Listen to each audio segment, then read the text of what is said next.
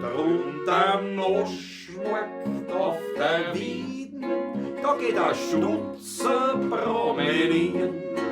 Sagt zu einer blauen Standlerin, sagt, was kostet denn diese Bieren? Na, 4 Kreuze, sagt Frau Sali, zu dem Stutzer nicht verliehen. Doch der will ihr für das Nagel bloß 2 Kreuze niederlegen.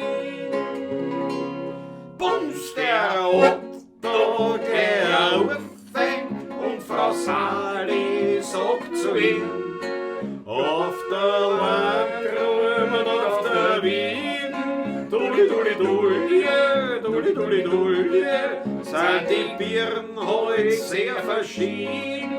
Dulli, dulli, dulli, dulli, oh.